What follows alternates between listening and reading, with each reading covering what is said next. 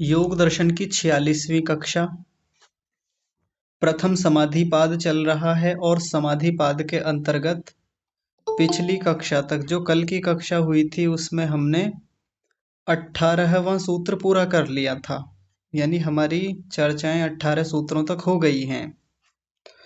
18वां सूत्र असंप्रज्ञात समाधि को लेकर है। असंप्रज्ञात समाधि कैसी होती है, इसका स्वभाव कैसा है, स्वरूप कैसा है और ये किस उपाय वाली होती है। यानी यदि हमको असंप्रज्ञात समाधि तक पहुंचना है तो किस उपाय को लेकर के हम यहाँ तक पहुंचेंगे, ये चर्चा हमने कल देखी थी। इस पिछली कक्षा में यदि आप लोगों का किसी का कोई प्रश्न हो तो आप अपना हाथ खड़ा करके प्रश्न पूछ सकते हैं। जी बड़े भैया, आप बताइए सबसे पहले। आचार्य जी सादर प्रणाम। प्रणाम जी। जी मेरा प्रश्न थोड़ा व्यापक है, यदि समय लग सकता है तो मैं इसलिए सोच रहा था कि पहले अन्य सभी लोगों को समय दे दिया जाए और बाद में यदि समय बचेगा तो मैं अपना सवाल बाद में रखूंगा। फिर अभी तो और किसी का कोई प्रश्न है ही नहीं, किसी ने हाथ ही खड़ा नहीं किया, तो आप ही बताइए। ठीक है आचार्य जी, मैं प्रारंभ करता हूँ। हाँ जी। मैंने चिंतन किया था पिछले सारे सूत्रों पर, लगभग प्रतिदिन करता हूँ मैं जी। तो मैंने विचार किया और चिंतन मनन के उपरांत फिर अपना विचार लिखा। फिर शंकाएं भी हैं, उसी में शंकाएं भी आ जाएंगी और मेरा जो विचार था जी। वो भी, यदि कहीं त्रुटि हो या उसमें संशोधन करने की बात हो तो आप उसमें बताइएगा। जी। मेरा विचार ये था कि परमात्मा ने त्रिगुणात्मक चित्त हम जीवात्माओं को प्रदान किया है। जी। जो तत्व रज और तम से मिलकर बना है हमारा चित्त। हाँ जी। चित्त की भूमिया भी हमने जानी, क्षिप्त, मूढ़, विक्षिप्त, एकाग्र और निरुद्ध। हाँ जी। क्षिप्त, मूढ़, विक्षिप्त, क्षिप्त मूढ़ भूमि से ऊपर उठकर हमें विक्षिप्त माना और विक्षिप्त से एकाग्र में और एकाग्र से फिर निरुद्ध भूमि की ओर जाना है। जी। दूसरे सूत्र में हमने जाना कि चित्त वृत्तियों का निरोध करेंगे। योग का मतलब है कि चित्त की वृत्तियों का निरोध करना। हाँ जी। या जिस स्थिति में चित्त की वृत्तियों का निरोध हो जाता है। जी। और 5 क्लिष्ट वृत्तियां जानी, 5 अक्लिष्ट वृत्तियां भी जानी, 5 क्लेश भी उनके साथ साथ थोड़े थोड़े रूप में जाने। जी। लेकिन अगले सूत्र में फिर इनको जानने के बाद में इनका भी निरोध हमने जाना कि इनका भी हमें निरोध करना है विवेक, वैराग्य और अभ्यास से। हाँ जी। चित्त की वृत्तियों का शोधन भी हम साथ साथ करते रहे, चिंतन मनन भी साथ साथ करते रहे व्यक्तिगत रूप से साधना में।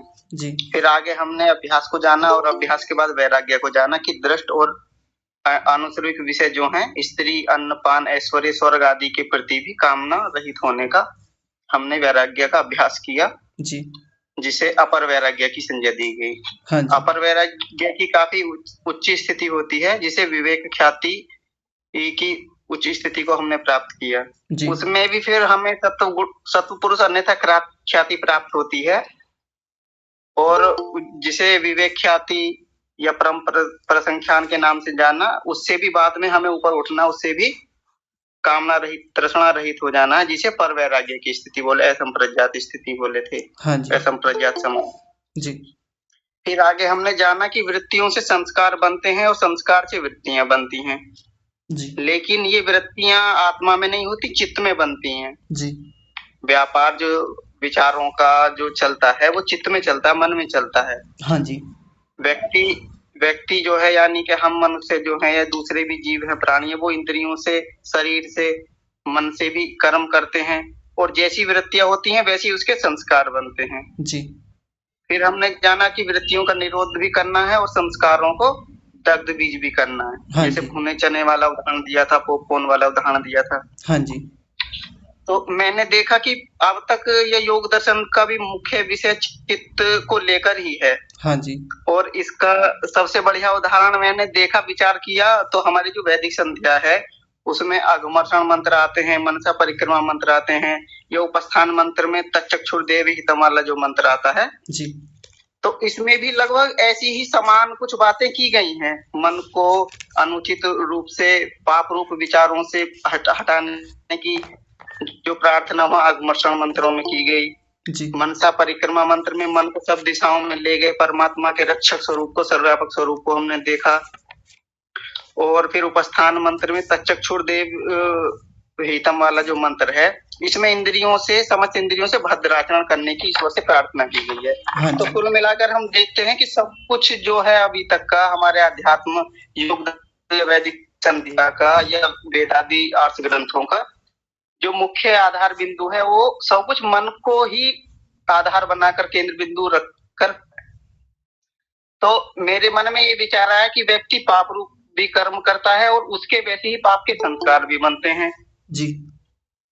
जब व्यक्ति पाप आज ईश्वर की से उसे दंड भी मिलता है, और कभी नहीं मिलता तो ईश्वर की व्यवस्था से भी उसे दंड मिलता है। तो माया शरीर से, इंद्रियों से, शरीर से जैसे भी कर्म करते हैं वैसी वृत्तियां बनती हैं, वैसी संस्कार बनते हैं, और उसी के अनुसार हमारे अगले जन्म होते हैं। जी। यहाँ जो है बुद्धि आत्मा का कोई विचार कार्य नहीं दिखता। जैसे अभी तक हम देख रहे हैं कि अभी तक जो भी कुछ हो रहा है मन को केंद्र में रखकर किया गया है। तो यहाँ पर बुद्धि और आत्मा की केवल एक बात देखी थी, अस्मिता, वितर्क विचार आनंद, अस्मिता संप्रज्ञात समाधि में आत्मा का थोड़ा सा वहां पर आया था कि आत्मा का साक्षात्कार होता है वहां पे। जी। तो वैसे मुख्य रूप से मन के ही बारे में ही सब कुछ है, और चित्त को साधन के रूप में ही हम कर्म करते हैं, और आत्मा, लेकिन जो भी चित्त से जो भी विचार हो रहे हैं या इंद्रियों से जो भी हम काम कर रहे हैं उसके बाद में जी। लेकिन उसका भोक्ता जो है वो आत्मा है। जी। जो शरीर आदि से, मन आदि से जो भी पाप रूप कर्म होते हैं उन सब का परिणाम भोगना पड़ता है आत्मा को। हाँ जी। कर्म करती हैं इंद्रियां या विचार उठाते हैं, वृत्तियां बनती हैं मन में। जी।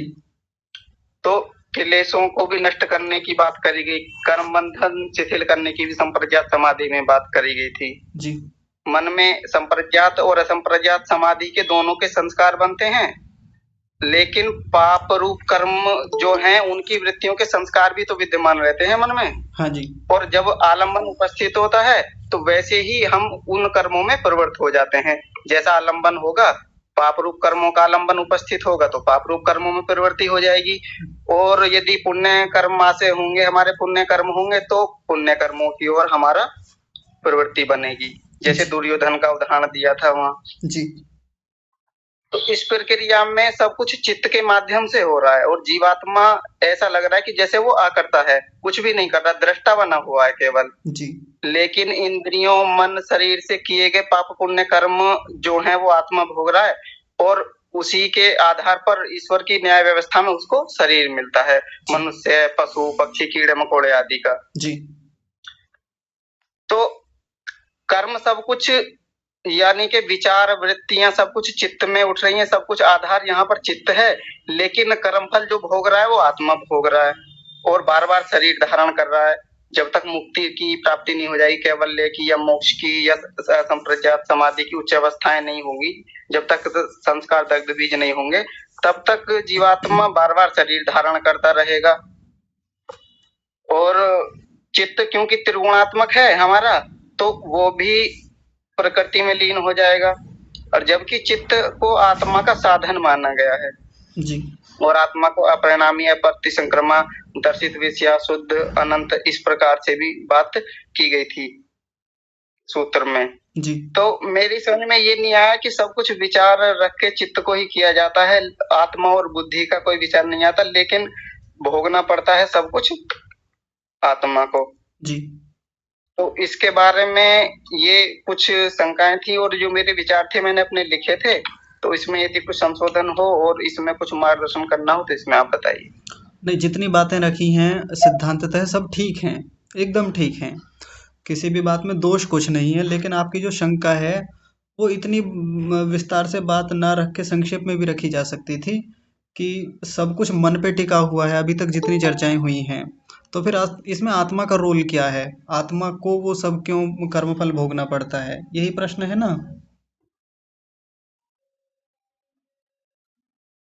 हाँ जी, आवाज आ रही है मेरी? हाँ जी, हाँ जी, हाँ जी, यही प्रश्न था मुख्य रूप से जी। हाँ जी, ठीक है। तो दूसरे पाद में इसकी लंबी चर्चा चलेगी, वहां सूत्र आएंगे, क्योंकि अभी योग दर्शन पूरा हुआ नहीं है, अभी तो कितने सूत्र हुए हैं, 18 सूत्र हुए हैं, और वहां इन्हीं विषयों को आधार बना के एक लंबी चर्चा है, कर्मफल सिद्धांत पर आधारित वो बातें हैं, आत्मा का भी प्रसंग वहां आएगा, और इन सब बातों को वहां देखेंगे हम, और उसके लिए प्रतीक्षा करनी पड़ेगी। आचार्य जी एक बात मैं बताऊं, इस एक बात मैं बताऊं आपको। जी बताइए। जो भाई साहब ने कहा था, लेकिन ये जो मन बुद्धि ये सब जो है वो आत्मा की प्रेरणा से तो कर रही है। हाँ जी। हाँ, ये कह रहे थे ना भाई साहब कि आत्मा का रोल नहीं है। अगर आत्मा नहीं होगा न चित काम करेगी, ना बुद्धि, ना कुछ भी, तो ये आत्मा ही की उससे तो कर रही है। इसलिए उसको भोगना पड़ता है। हाँ जी ठीक है। म्यूट कर लीजिए माता जी, बात करेंगे इस पर। देखिए यहाँ भी बहुत सारी शंकाएं खड़ी होती हैं कि आत्मा अच्छा, आत्मा कैसे काम करता है। माता जी म्यूट कीजिए, देखिए मैंने म्यूट किया आपको 2-3 बार। तो जैसे आत्मा कोई कर्म करता है तो कोई मुझे बताएगा पूरी कक्षा में से कि आत्मा कैसे कर्म करता है। आत्मा करता क्या है भीतर से। आप स्वयं आत्मा हैं, जितने इस समय कक्षा में लगभग 70 लोग हैं। तो आप बताइए आप करते क्या हैं भीतर से। भीतर से जैसे कहते हैं ना कि तनिक रुकिए, रुकिए रुकिए, ऐसे नहीं, मैं नाम लूंगा तब। जैसे कई बार ये कहा जाता है कि आत्मा चेतन है और मन उसका साधन है, वो जड़ है। तो मन को प्रेरित करता है आत्मा। तो कोई मुझे समझाएंगे कि वो कैसे प्रेरित करता है। दीपक राणा जी आप बताइए। जी आचार्य जी, नमस्ते जी। नमस्ते जी। प्रेरणा करता है आत्मा ना, मन में चेष्टा करता है जी। और उसके बाद शरीर से, मन से, वाणी से हम कार्य को करते हैं।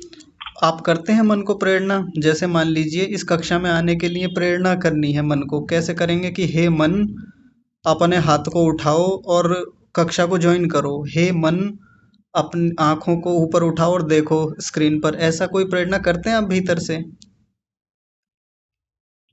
आचार्य जी, आत्मा बुद्धि में तो संग्रह करते ही है बातों का कि अब हमें कक्षा को ज्वाइन करना है। जी। पहले तो ये विचार ही आता है, विचार के बाद ही हम कार्य करते हैं। बिना विचारे कार्य तो नहीं होता। हाँ जी। आत्मा क्या करता है वो बताना है। आत्मा क्या करता है वहां पे उस पूरी प्रक्रिया में। आत्मा चेष्टा करता है। कैसे चेष्टा करता है, वो चेष्टा ही तो बतानी है। वो जो चेष्टा करता है, ये तो बात हो ही रही है कि चेष्टा करता है यानी कर्म करता है। कैसे करता है।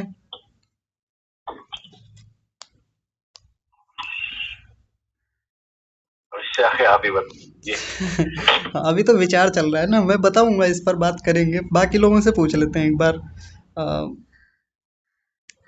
सुमन सिंह हैं, आप बताइए माता जी। नमस्ते आचार्य जी। नमस्ते माता जी। आचार्य जी जैसे कि मैंने समझाया ऐसे ही समझाया कि भाई जो आत्मा के गुण होते हैं उनके अनुरूप कार्य करता है। आत्मा कैसे कार्य करता है वो बताना है।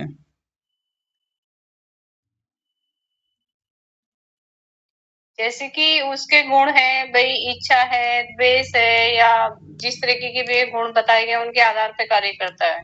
हाँ कैसे करता है वही तो बताना है। ये तो सबको पता है, ये बात तो सब स्वीकार करते हैं कि आत्मा अपने गुणों के आधार पर कार्य करता है और प्रेरणा करता है जी। मन को प्रेरित करता है, इंद्रियों को प्रेरित करता है, जैसे भी। लेकिन कैसे करता है वो बताइए। अपने अपने जीवन का उदाहरण देके बताइए, आप कैसे करते हैं इस काम को। जैसे कि मतलब विचार उठते हैं, विचार मान लिया जैसे कि अपने चित्त में है और फिर वे बुद्धि के थ्रू आएंगे, फिर बुद्धि फिर मस्तिष्क को भेजेगी, इस तरीके से। आपने क्या किया उस प्रक्रिया में। आपने यानी आत्मा ने, वो बताइए कहाँ से शुरुआत करते हैं आप चीजों की।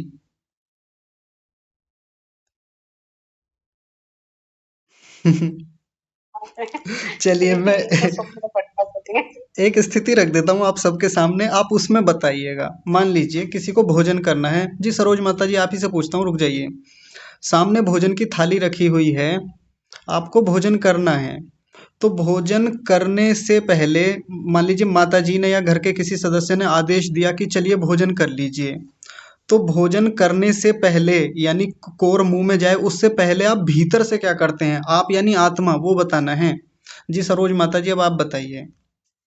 आचार्य जी पहली बात तो ये कि मैंने जो अभी तक पढ़ा है उसमें ये है, आत्मा जो है वो तो कुछ कर्म नहीं करती है जी। वो स्वतंत्र है बिल्कुल। और जो हम भोजन करने की प्रक्रिया है वो हमारा मन एकदम देख के ललचाता है और बुद्धि को वो प्रेरित करता है कि तुम भोजन करो। जी, मन तो करता है।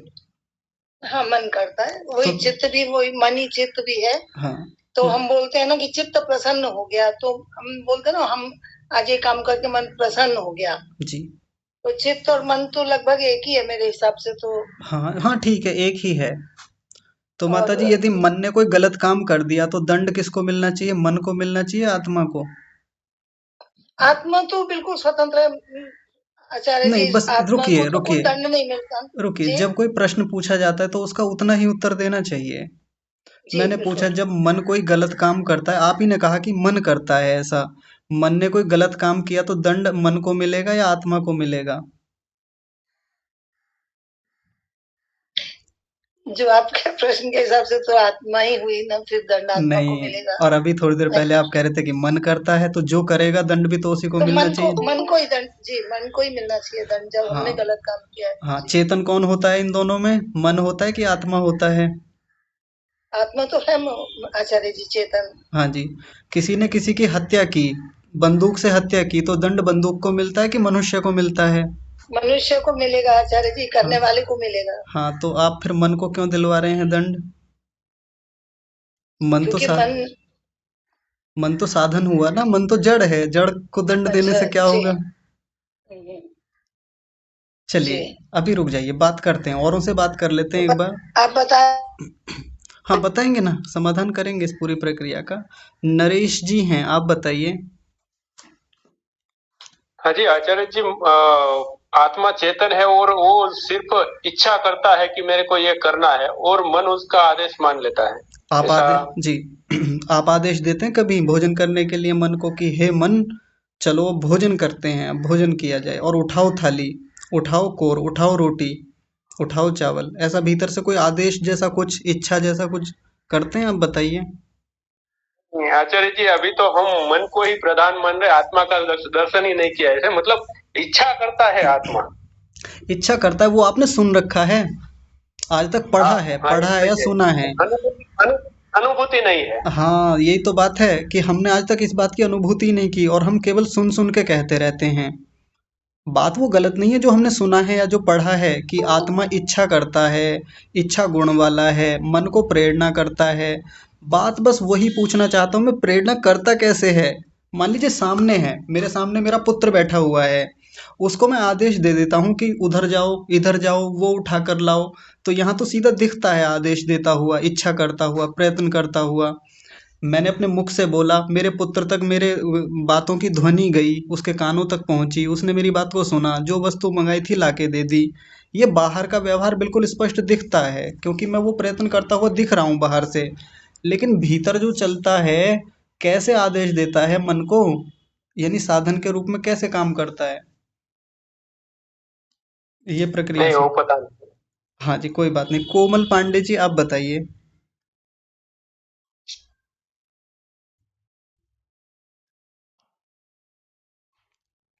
जी बोलिए ना।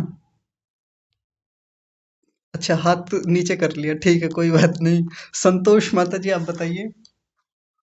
जी नमस्ते आचार्य जी। आचार्य जी, ये सब कार्य जो है, ये सब गतियां इतनी तीव्र गति से आचार्य जी रुकिए, आचार्य जी क्षमा कीजिए, मैं म्यूट में था, बोल रहा। जी रुक जाइए, पहले माता जी को बताने दीजिए। जी माता जी, पूरा करिए आप।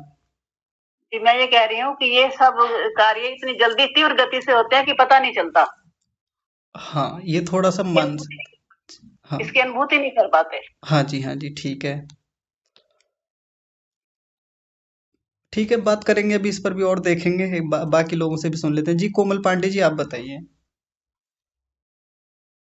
आचार्य जी, मैं ये कह रहा था, कल आपने बताया था कि हमारा जो चित्त है जी, वो आत्मा के लिए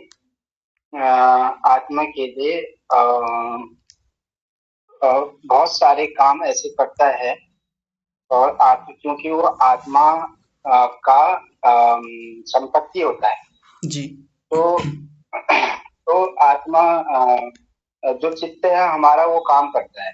जी, तो आचार्य जी, क्वेश्चन ये था ना कि आप क्या क्वेश्चन क्या था आचार्य जी? सॉरी आचार्य जी, मैं भूल गया क्वेश्चन। आत्मा कैसे काम करती है, क्वेश्चन था ना? हाँ जी। तो आचार्य जी, आत्मा चित्त को संदेश देती है और कैसे? चित्त फिर आत्मा की जी ठीक। हाँ जी, हाँ जी, बोलते रहिए आप। जी, आत्मा में आत्मा में आत्मा का गुण होता है आचार्य जी, गति वो करना। तो उससे वो नहीं हाँ जी, आत्मा वृत्ति उठाती है और वृत्ति उठाने से वो चित्त को संदेश देती है। कभी वृत्ति उठाती है, कभी संस्कार से भी उठते हैं। ये जैसे आपने बातें बताया रुकिए, ये बातें तो बताई जा चुकी हैं, सबने बता दी, सब जानते भी हैं, सुना भी है, पढ़ा भी है, लेकिन बस वो बताना ये होता कैसे है भीतर, आत्मा कैसे करता है। आपने कहा संदेश भेजता है, संदेश भेजने का मतलब टाइपिंग करता है भीतर से, कुछ कोई इनपुट से आउटपुट में तब्दील करता है किसी चीज को, नहीं, तो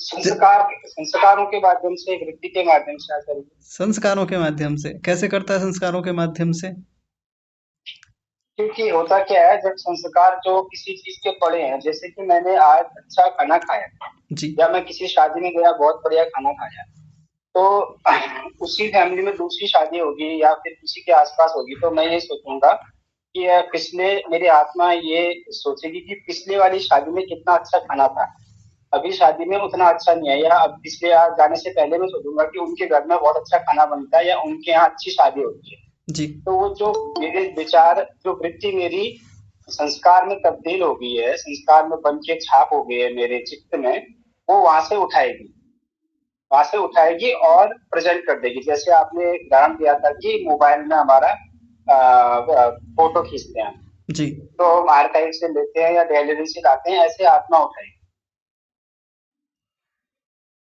तो और ये आचार्य जी, और जब संस्कार ही ना हो, कोई चीज पहली बार कर रहे हो, वो तो स्टोर कर देगी ना आचार्य जी। नहीं रुकिए, बातें गोलमोल जा रही हैं, इधर उधर जा रही हैं, जो मूल विषय है उस पर बात हो ही नहीं रही है।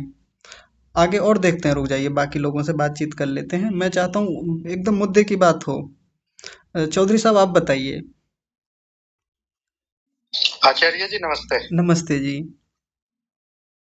आचार्य जी, आत्मा जब तक मन के साथ संलग्न रहती है जी यानी आत्मा और मन जब तक एक ही होते हैं, एक स्थिति है जब आत्मा और मन अलग अलग हो जाते हैं, तो जब तक आत्मा और मन संयुक्त मतलब एक ही उसमें रहते हैं, तो जो भी मन और बुद्धि मिलकर निर्णय लेती है, आत्मा उसमें कोई दखल अंदाजी नहीं करती, वो एज सच जो है वो ऐसा ही उसमें वो वृत्ति आ जाती। और जब आत्मा अपने स्वतंत्र स्वरूप में आ जाती है जी तब वो मन की वो जो भी होती है उससे गवर्न नहीं होती, वो स्वतंत्र रूप से अपना वो करती है। चलिए, ये भी विचार का विषय है, अभी बात करेंगे इस पर भी, देखते हैं। अम, और बात कर लेते हैं दो चार लोगों से। भाई देखिए, मैं एक बार सभी लोगों से प्रश्न स्पष्ट कर दूं, जो मूल बात है। हम सब लोग ये कहते हैं कि आत्मा कर्म करता है, आत्मा करता है, आत्मा कर्तृत्व वाला है, कुछ भी करेगा तो उसका भोग कौन करेगा? आत्मा को ही भोग होगा, सुख या दुख का। आत्मा करता है तो ऐसा कर्माशय बनता है, आत्मा करता है, आत्मा ने ये किया, आत्मा ने वो किया। और हम ये भी मानते हैं कि मन उसका साधन होता है, बुद्धि भी उसका साधन है, अहंकार उसका साधन है, ये सब साधन बताए उसके। तो अपने साधनों का वो प्रयोग कैसे करता है? यानी कोई भी कर्म करने में जब वो शुरुआत करता है तो कहाँ से वो शुरुआत होती है, जिसको हम ये कह देते हैं कई बार कि वो मन को आदेश देता है। तो मुझे बस वो बात बताइए आप लोग कि वो मन को आदेश कैसे देता है? आप अपने जीवन का उदाहरण दे के बताइए, अनुभूति के आधार पे। आपने कितनी बार ऐसा अनुभव किया कि मन ने आदेश दिया, मन को आदेश दिया हो आत्मा ने? अचला माता जी आप बताइए। नमस्ते आचार्य जी। नमस्ते माता जी।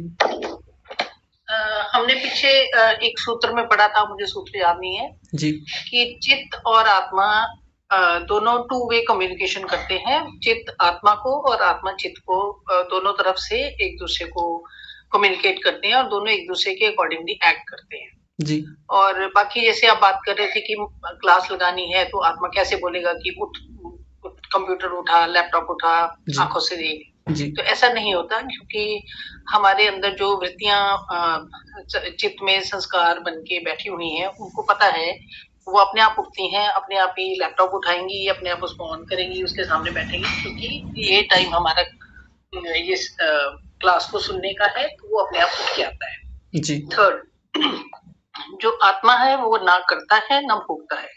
आत्मा को कोई फर्क नहीं पड़ता, जो भी है सब शरीर की पीड़ाएं हैं, और आत्मा का इससे कोई लेना देना नहीं है। आत्मा सिर्फ एक शरीर से दूसरे शरीर में ट्रांसफर होता है, जबकि आत्मा का किसी दुख सुख और पीड़ा के साथ कोई लेना देना नहीं है, क्योंकि ना तो आत्मा करता है ना ये भोगता है। अच्छा जी, आत्मा अच्छा जी, माता जी क्षमा चाहती रुकिए, हूँ बीच में बोलना। माता जी रुकिए, पहले उनकी बात पूरी हो आत्मा के जाए। विषय में ऐसे कैसे कह दिया कि आत्मा कुछ नहीं करता, सब कुछ करता धरता तो आत्मा है, कर्मों का फल भोगने वाला भी आत्मा है। माता जी रुकिए तो सही, वो मैं पूछ लूंगा उनसे, वो यही बात तो पूछ रहा हूँ चला माता जी से। माता जी आप सुन रहे हैं मुझे? जी आचार्य जी। हाँ जी, आप ये किस आधार पे कह सकते हैं कि आत्मा को सुख दुख नहीं होता, आत्मा की कोई भूमिका नहीं है कर्तृत्व में और भोक्तृत्व में?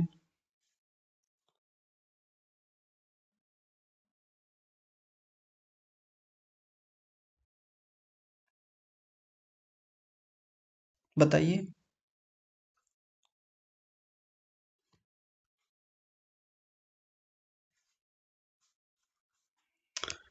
माता जी आवाज आ रही है मेरी? अच्छा सॉरी, मेरा बंद हो गया था। हाँ जी जी, तो आत्मा कर्ता भोक्ता नहीं है, वो हमारे मन की वृत्तियां ऐसे बन गई हुई हैं कि हम एज्यूम करते हैं कि आत्मा ही सब कुछ कर रहा है, जबकि आत्मा नहीं करता है। आत्मा एक परमात्मा का रूप है, जो इस शरीर में बैठा हुआ सब कुछ देख रहा है, जिसका पर्पस कुछ और है। लेकिन जैसे ही हम उसको अपने शरीर के साथ जोड़ते हैं और हम इस जन्म मरण और संसार के दुख सुख की चीजों में भटक जाते हैं। जी, चलिए ठीक है, अभी देखेंगे माता जी, आपकी बात को भी मैं ध्यान में रखूंगा, विचार करेंगे इस पर। अभी तो बहुत सारे लोगों के हाथ खड़े हुए हैं, क्योंकि बहुत सारे लोगों को है इस बारे में बात करने में रुचि है। सुधा माता जी आप बताइए, सुधा वर्मा माता जी।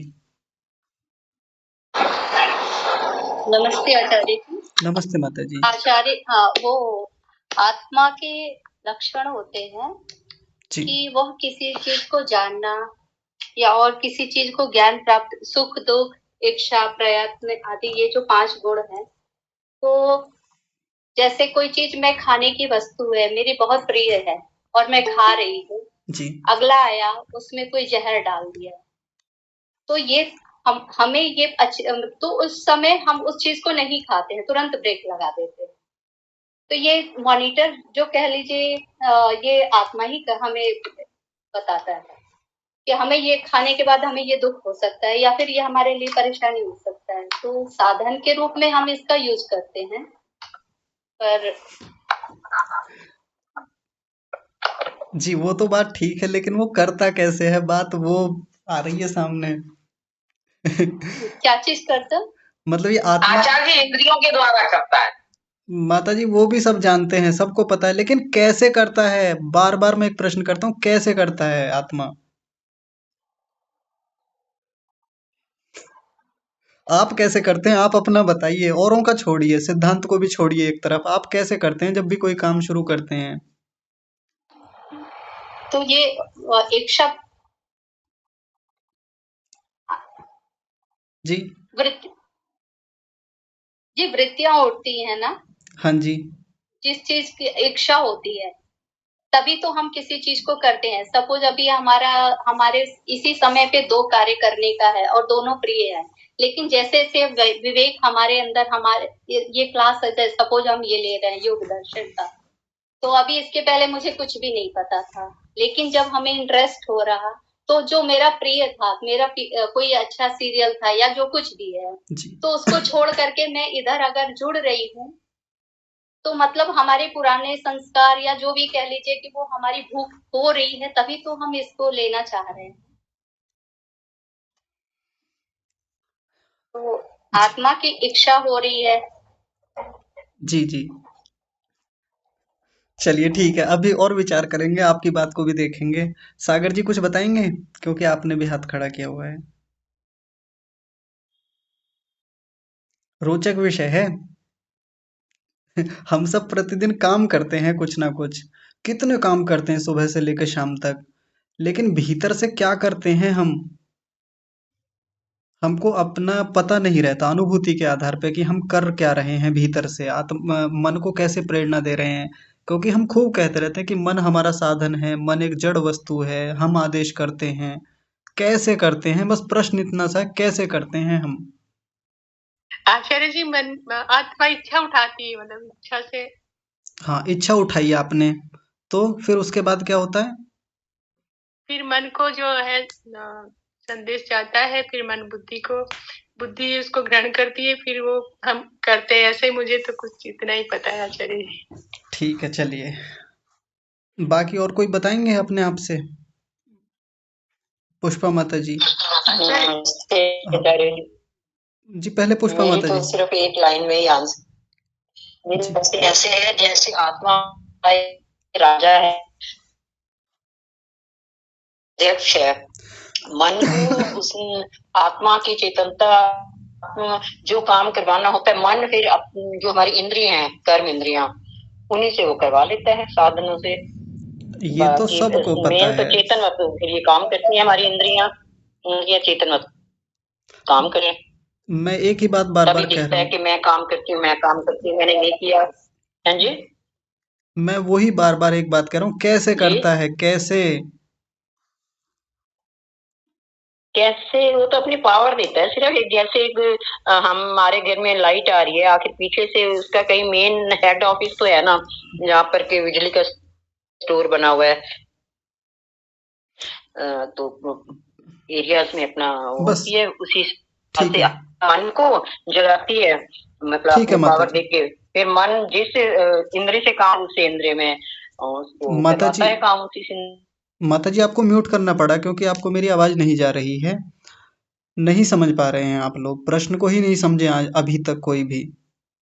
आचार्य जी, जो ईश्वर ने जो सृष्टि रची है, जो उसमें जो पदार्थ है ना, उसमें काम करता होगा आत्मा, जैसे हम सुबह उपासना करते हैं, इस टाइप से। जो सुनिए माता जी, नहीं रुकिए, देखिए मैं एक बार फिर से स्पष्ट कर रहा हूँ बात। इतनी देर से आप वो प्रश्न ही नहीं समझ पा रहे हैं। जो प्रश्न रखा है बहुत छोटा सा हल्का सा प्रश्न है, सामने थाली रखी हुई है, आपको भोजन करना है, तो सबसे पहले आप क्या करते हैं उस प्रक्रिया में, भीतर से क्या होता है, आत्मा के स्तर पे बात कीजिएगा। जब आप एक आत्मा हैं, वो कहानी नहीं सुनानी है कि जी प्रेरणा, मतलब प्रेरणा करता है जी, मन तो जड़ वस्तु है, आत्मा चेतन है, इच्छा करता है। वो प्रक्रिया बतानी है कि वो होता कैसे है।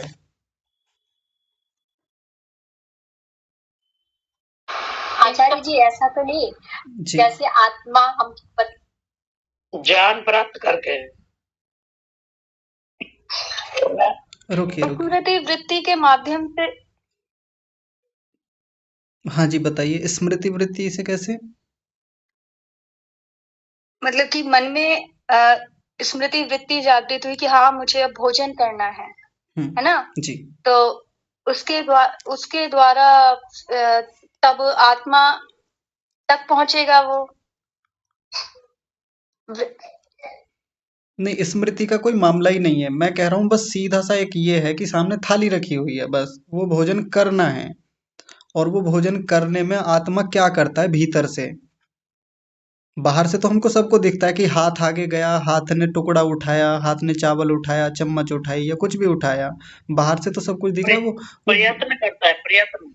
हाँ, प्रयत्न कैसे करता है? भीतर से आदेश देता है, प्रयत्न करना, बुद्धि को आदेश देता आत्मा का धर्म ही इच्छा और प्रयत्न करना है। हाँ, जितने लोग ये कह रहे हैं प्रयत्न करता है, आप करते हैं क्या भीतर से? अपना बताइए, बाकी सिद्धांत छोड़िए, अपना बताइए। छोटा सा अर्थ मैं बताऊं जी एक शब्द का। जी बताइए। हम जी जब थाली भोजन की देखते हैं, आत्मा प्रसन्न हो जाती है, आनंदित होती है जी। और जिनका भोजन खराब हो, सामने बेकार भोजन हो, वहां तो प्रसन्नता नहीं होती। खराब तो जी खाने के बाद पता चलेगा, लेकिन आत्मा पहले प्रसन्न होती है। ठीक है, ठीक है, ठीक है, ठीक है, ठीक है माता जी। ईश्वर को हाथ जोड़ते हैं हम आचार्य जी सबसे पहले। ईश्वर की तो कोई भूमिका ही नहीं है इस पूरी प्रक्रिया में। भोजन देख के तो हाथ जोड़ते हैं ना आचार्य जी। ज्ञान तो आत्मा का भोजन है ना, आत्मा ज्ञान प्राप्त करके ही आदेश देती है ना। बातें गोलमोल हो रही हैं। आत्मा का भोजन नहीं है वो। नहीं, रुकिए जी, अंकुश जी बताएंगे। माता जी रुकिए। जिस बिंदु से शुरू हुई आप उस बिंदु। अंकुश जी बताएंगे। नमस्ते आचार्य जी। नमस्ते जी। मेरे अनुसार इसका उत्तर ये है, जैसे हमने अपने समक्ष भोजन की थाली को देखा जी, तो पूर्व में हमारी आत्मा के अंदर उसके संस्कार विद्यमान थे जी। अगर हमने समाधि को प्राप्त कर लिया, संस्कार तो फिर विशेष रहते हैं, तो उसका आलंबन मिलते ही वो जागृत हुए और उसके रूप हमारी आत्मा ने उनको कार्य करने के लिए मतलब प्रेरणा उत्पन्न की। वो ही बताना है वो कैसे की। आपने वो तो बता दिया कि वो तो मैं भी कह रहा हूँ, लेकिन कैसे की आप अपना बताइए। वो छोड़िए कि करता है आत्मा वैसे करता है, आपने क्या किया वो बताइए। आप प्रतिदिन भोजन करते हैं।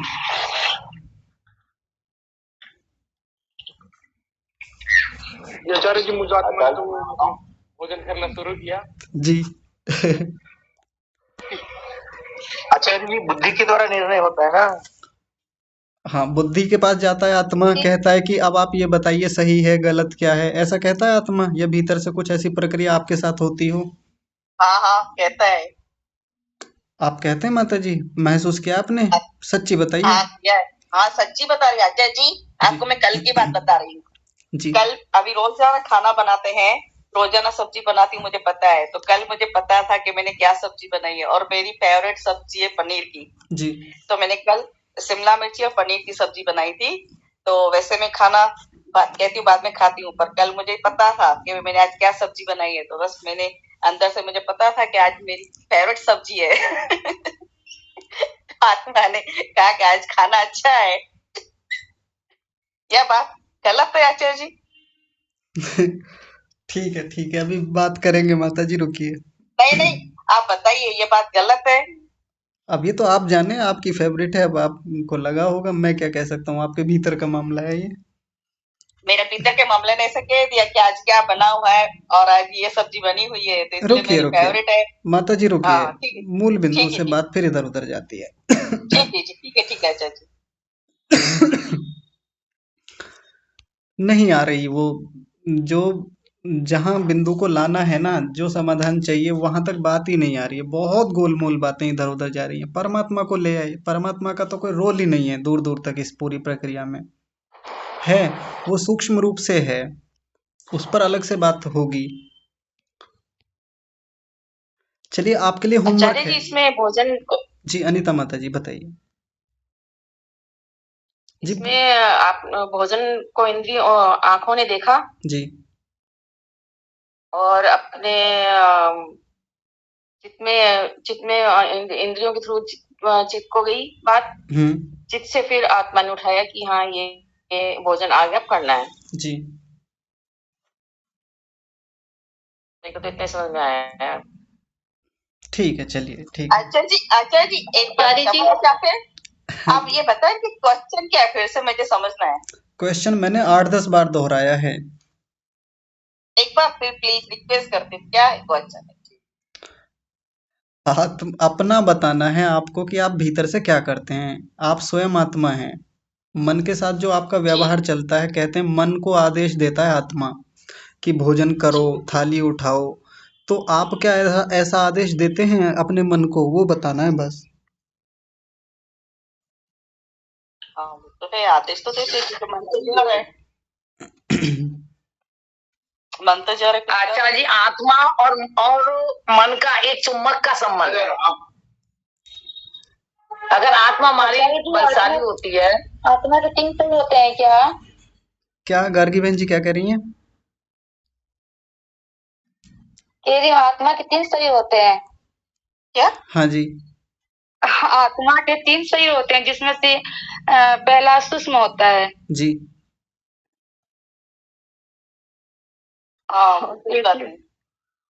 जी। वो सही बात है शिवशंकर से, पर अभी मेन पॉइंट यहाँ पे ये है कि आत्मा करती है ना, आत्मा आदेश कैसे करती है, वो बात मेन जरूरी है। मैं भी खुद अटक गई हूँ आदेश कैसे करती है। रुकिए। हाँ जी, दीपक जी बताएंगे।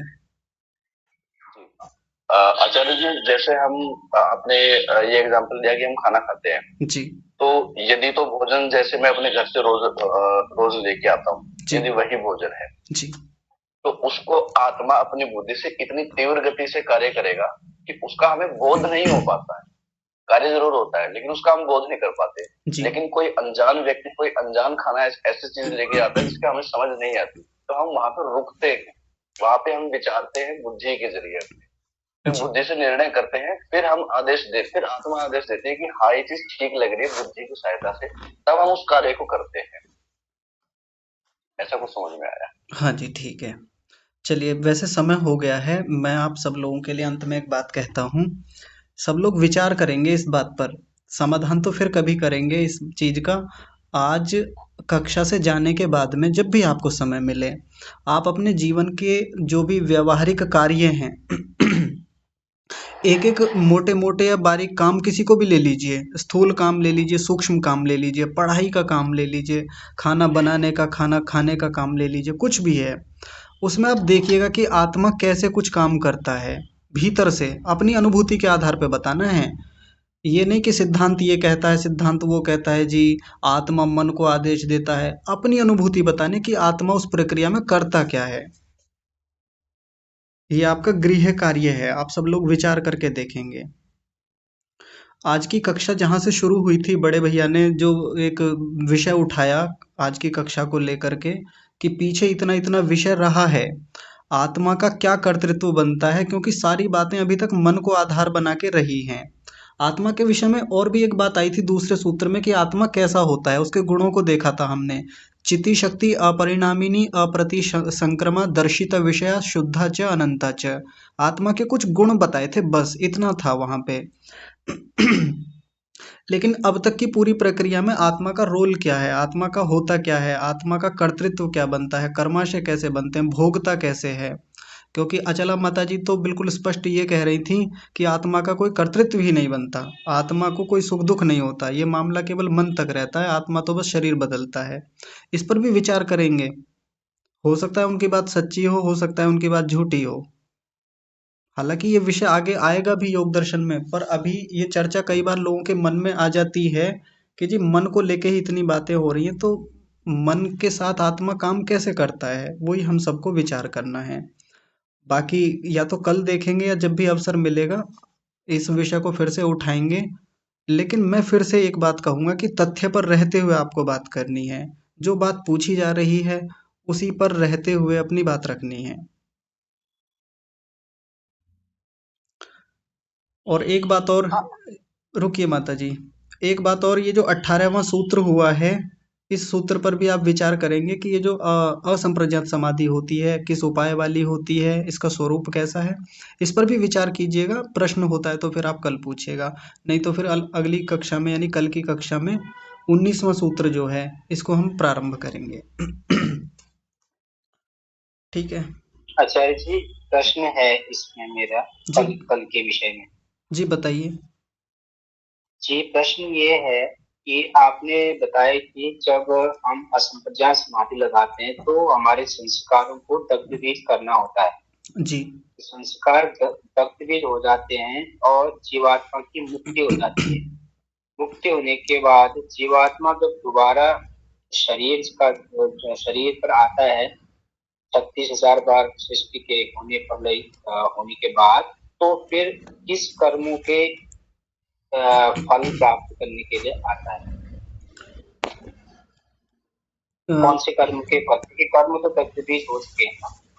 हाँ, कर्म दग्धबीज नहीं होते, संस्कार दग्धबीज होते हैं। संस्कार हाँ जी, हाँ जी, क्षमा करिए, संस्कार। हाँ देखिए, इस बात को लेके, ठीक है मैं समझ गया, सुन लीजिए। इस प्रश्न को लेकर के विद्वानों में भी मतभेद रहता है, और मतभेद का मतलब कोई ये मत समझिएगा कि मतभेद का मतलब होता है लड़ाई झगड़े। मतभेद का मतलब कोई किसी का मत है, कोई किसी चीज को मानता है, कोई किसी चीज को मानता है, तो दो मत चलते हैं इसमें। एक मत तो ये रहता है कि सारे संस्कार समाप्त नहीं होते। दग्ध बीज होने के बाद भी ऐसा नहीं है कि वो समाप्त हो जाते हैं। परमात्मा के संज्ञान में तो रहते ही है ना। सारे संस्कार भी, कर्म भी करता ही है जीवात्मा। लंबे समय तक जब वो असंप्रज्ञात समाधि में रहता है तो कर्म भी करता है, अच्छे ही कर्म करता है, शुभ कर्म ही करता है। तो वो सब भी इकट्ठे होते रहते हैं, एकत्रित रहते हैं। भले उनका फल अब नहीं मिल रहा है क्योंकि जीवन मुक्त अवस्था में जा चुका है आत्मा, फिर उसके बाद मुक्ति हो जाती है। तो फिर वो मुक्ति में जाने के बाद जब फिर से लौट के आता है तो उन्हीं के आधार पे उसको अगला जन्म मिल जाता है। एक मत तो ये भी चलता है। कुछ विद्वानों का ये भी रहता है कि जी कर्माशय वगैरह तो सब यहीं समाप्त हो जाते हैं, क्योंकि निष्काम कर्म किए थे, उनका कर्माशय बनता ही नहीं है कुछ भी किसी भी प्रकार से। उसने संस्कारों को भी दग्धबीज कर लिया है, क्लेशों को भी क्षीण कर दिया है, कुछ बचता ही नहीं है। तो जब मुक्ति में जाने के बाद वो फिर से लौट के आता है तो उस समय कर्माशय की आवश्यकता ही नहीं है, संस्कारों की आवश्यकता ही नहीं है। नया शरीर मिलता है, नया मन मिलता है, सब कुछ नई स्थितियां मिलती हैं। तो अब जो वहां से कर्म शुरू करेगा, अब एक नया जीवन, एक नई प्रक्रिया वहां से शुरू होगी। एक ये भी मत चलता है विद्वानों का। तो इसमें ठीक ठीक कह पाना कि क्या रहता है, सीधे सीधे कोई प्रमाण अभी तक मेरे देखने में भी नहीं आया। बाकी तो ये विचार का विषय रहता ही है। यदि कोई इस पर प्रमाण मिलेगा तो इस पर ठोस रूप में बात कर पाएंगे। ठीक है जी। जी आचार्य। हाँ जी ठीक है। आचार्य जी मैंने कुछ मिस कर दिया, एक बार दोबारा बोल दीजिए। क्या मिस कर दिया आपने वो बताइए, क्योंकि बातें तो कई हो गई हैं। ये जो आपने लास्ट के 2-3 सेंटेंसेस बोले कि नई बॉडी मिलती है और उसके अंदर नए संस्कार आते हैं, वो एक बार दोबारा बता दीजिए। हाँ जी, एक कुछ विद्वानों का ऐसा मत भी होता है कि जब जीवात्मा संप्रज्ञात समाधि में जाता है, मुक्त स्थिति में है, अभी जीवन मुक्त अवस्था में है, फिर मुक्ति में चला जाता है। अब ना तो कोई कर्माशय बचा है किसी भी प्रकार से, सारे क्लेशों को क्षीण कर लिया है, संस्कार भी दग्धबीज कर लिए हैं, क्योंकि यही चीजें तो होती हैं जो अगला जन्म दिलवाती हैं हमको। ये ही स्थितियां उसने समाप्त कर ली, सबका काम तमाम कर दिया, एकदम सामान्य भाषा में कहें तो।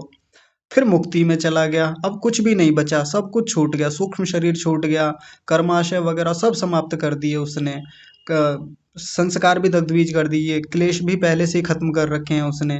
मुक्ति में रहा लंबे समय तक, 31 नील, 10 खरब 40 अरब वर्ष, जितना भी वो समय है, इतने समय तक मुक्ति में रहा। मुक्ति से जब लौट के आता है तो किसके आधार पर अगला जन्म मिलता है, ये प्रश्न था। तो कुछ विद्वान ये कहते हैं कि अब जब नई स्थितियां शुरू हुई हैं, नया शरीर मिलेगा, नया मन मिलेगा, नई बुद्धि मिलेगी, सब कुछ नया मिला, नया अंतःकरण दिया, नया सूक्ष्म शरीर बना के दिया परमात्मा ने, तो कुछ नहीं होता उसमें, नए सिरे से ही सब कुछ शुरू होता है। नए सिरे से ही वो कर्म करना शुरू करता है, नए सिरे से संस्कार अर्जित करता है, नए सिरे से क्लेशों को अर्जित करता है। ऐसा भी विद्वानों का मत चलता है। तो कोई ठोस रूप में नहीं कह सकते कि मामला है क्या वास्तव में। तो आचार्य जी उसके लिए फिर उसको मनुष्य शरीर मिलेगा, ये जरूरी है क्या? जब पीछे कुछ है ही नहीं और अब अगला जीवन शुरू करना ही है तो मनुष्य का ही देता है परमात्मा, और किसका देगा। देव शरीर भी तो मिल सकता है क्या आचार्य जी? किसका मनुष्य शरीर भी तो पिछले कर्मों के हिसाब से मिलता है ना सर। तो अब वो पिछले कर्मों का तो कुछ बचा ही नहीं ना, या बचते भी होंगे तो मैंने तो कहा भी है ना, एक मत तो लोगों का कैसे घर में मिलेगा, किस देश में मिलेगा, किस घर में मिलेगा, मतलब जाति आयु भोग जो होता है ना, जाति कैसे मिलेगी, आयु के हिसाब से मिलेगी, किस हिसाब से भोग मिलेगा। हाँ जी। तो वो भी तो फिर वहां पर भी तो फिर अन्याय हो जाए, अन्याय दिखेगा ना हमें। हाँ। अगर गरीब के घर में देगा तो फिर वो अन्याय हो जाएगा। एकदम सेठ के घर में देगा या विद्वान के घर में देगा तो अच्छी बात जाएगी, वो भी एक अन्याय हो गया, इनको कैसे मिल गया बिना किसी कारण के, वो भी एक सोचने वाला विषय हो गया। तो मैंने ये कब कहा है कि ये दूसरा वाला मत जो मैंने बताया यही ठीक है, यही सब कुछ है, ऐसे ही होगा, मैंने तो कहा दोनों मत नहीं कहा, मैं तो सोच रहा हूँ इसके बारे में। हाँ हो सकता है। एक बात ये भी तो, जब सृष्टि की शुरुआत होती है तो मनुष्यों की सृष्टि कहाँ होती है, माता के गर्भ में नहीं होती, भूमि के गर्भ में होती है। मनुष्य भूमि के गर्भ से उत्पन्न होते हैं। अब फिर ये प्रश्न आएगा यहाँ पर भी कि किस आधार पे दे दिया जी उनको भूमि के गर्भ से, कोई माता नहीं, कोई पिता नहीं, पालन पोषण करने वाला नहीं, तो ये तो अन्याय हो गया ना उनके साथ। अब जब चीजें शुरू करनी है तो किसी आधार पे तो करेगा ना परमात्मा, कोई तो तरीका होगा ही शुरू करने का, तो दे देगा कहीं भी। ये उसकी अपनी जान है, अपना उसका ज्ञान है, अपनी भी जानकारी रखता है, वो खुद समझदार है इस मामले में। तो इसका तात्पर्य ये हुआ कि जीवात्मा जो मनुष्य है, इसकी इतनी बुद्धि नहीं है कि वो मतलब परमात्मा के इस तरह के क्वेश्चंस को समझ सके। हाँ देखिए, इसमें संशय तो रहता ही है, ऐसा तो रहता ही है, ठोस रूप में मुश्किल रहता है कह पाना। ये भी जो असंप्रज्ञात समाधि चल रही है, जब हम कल देखेंगे, इसमें भी कुछ ऐसी चीजें आएंगी, जैसे विधेय आएगा, प्रकृति लय योगियों की बात आएगी। वो भी ऐसे विषय हैं कि जिनके बारे में सीधा सीधा स्पष्ट कुछ नहीं लिखा हुआ है, हम लोग भी संगतियां ही लगाते हैं उनमें, लेकिन फिर भी शुरू में तो लेके चलना ही होता है। तो वो तो सब साक्षात्कार के विषय हैं, सब अपने प्रत्यक्ष करने के विषय हैं। ठीक है। क्या योगी लोग प्रत्यक्ष करते होंगे आचार्य जी ये सब चीजें? कैसे ईश्वर, कैसे जैसे मुक्त आत्मा है ना सर, मुक्त आत्माएं, जैसे सपोज कि सृष्टि का अंत होने वाला है और मुक्त आत्माएं ईश्वर के दिए ज्ञान से विचरण करती हैं, तो क्या उनको दिखता होगा ईश्वर कैसे सृष्टि का निर्माण कर रहे हैं या अंत कर रहे हैं? कहा नहीं जा सकता जी, ये भी अव्यक्त स्थितियां हैं ये सारी, क्योंकि मुक्ति वाला जो मामला है, जीवन मुक्त वाली स्थितियां हैं, असंप्रज्ञात वाली स्थितियां हैं, प्रकृति लय वाली स्थितियां हैं, विदेह वाली स्थितियां हैं, ये सारी अव्यक्त बातें हैं। अब क्या पता जानता हो, क्या पता ना भी जानता हो, कहा नहीं जा सकता कुछ इसके बारे में। और ये मैं अपने आधार पे नहीं कह रहा, बहुत सारे विद्वानों से जब चर्चा होती है तो यही उत्तर निकल के आता है जी, कहा नहीं जा सकता, अव्यक्त चीजें हैं ये सब। ये प्रश्न मैंने स्वामी विवेकानंद जी से पूछा था अभी जब मैं उसमें गया था, तो उनका कहना था कि जो जीवात्मा मोक्ष अवस्था में भी ईश्वर द्वारा दिए गए ज्ञान को ही दे पाता, उतना ही उसको ज्ञान होता है। हाँ, इतना मतलब हम मनुष्य से ज्यादा होगा, लेकिन ईश्वर उतना ही देंगे जितना उसको मोक्ष अवस्था में जरूरत पड़ेगी। और मैंने एक प्रश्न ये पूछा था कि क्या मोक्ष आत्माओं को धरती के आत्माओं के बारे में या धरती के अपने संबंधों के बारे में पता रहता है? तो उनका कहना था कि यहाँ से संबंध छूट गया तो मोक्ष आत्माओं के लिए फिर वहाँ यहाँ का संबंध कुछ स्मृति में नहीं रहेगी, वो वही के संबंध बनेंगे जो बनेंगे। जैसे हम कहीं दूसरी नई सिटी में जाते हैं, दूसरे संबंध बनाते हैं, हाँ, तो वैसे वहीं बनेंगे। तो यहाँ से उनको कोई वो नहीं रहेगा। हाँ, विचरण जरूर कर सकते हैं वो, मतलब देख सकते हैं ईश्वर ने और उनको कितनी शक्तियां दी हैं किस किस लोकांतर में जाने की और देखने की, वो मतलब वो हम कह नहीं सकते। उन्होंने कहा वो हम कह नहीं सकते, वो ईश्वर ही जानते हैं। तो बस, तो जब ये कह दिया कि हम कह नहीं सकते तो बस बात ही खत्म हो गई। अब उस पे फिर ये कहना कि देख सकता है, ये भी देख लेता है, मैं कह रहा हूँ बार बार, वो अव्यक्त स्थितियां हैं, ठीक ठीक कहना बड़ा मुश्किल होता है। शास्त्र प्रमाण से कई बार हम अनुमान भी लगा लेते हैं, थोड़ा देखते हैं, संगतियां लगाते हैं, ये करना ही होता है, चीजें तभी थोड़ा खुलती हैं। ठीक है, तो विराम देते हैं क्योंकि समय बहुत हो गया है, लोगों को भी जाना होता है। आप सभी का बहुत धन्यवाद। जो मैंने गृह कार्य बताया था सभी के लिए, आप सब लोग उस पर विचार कीजिएगा, फिर इस पर चर्चा करेंगे किसी दिन धूमधाम से। आप सभी का बहुत सारा धन्यवाद, सभी को सादर प्रणाम। बहुत ही कठिन कार्य है सर ये। हाँ, करिएगा ना, ऐसा थोड़ी कि नहीं होगा, हो जाएगा।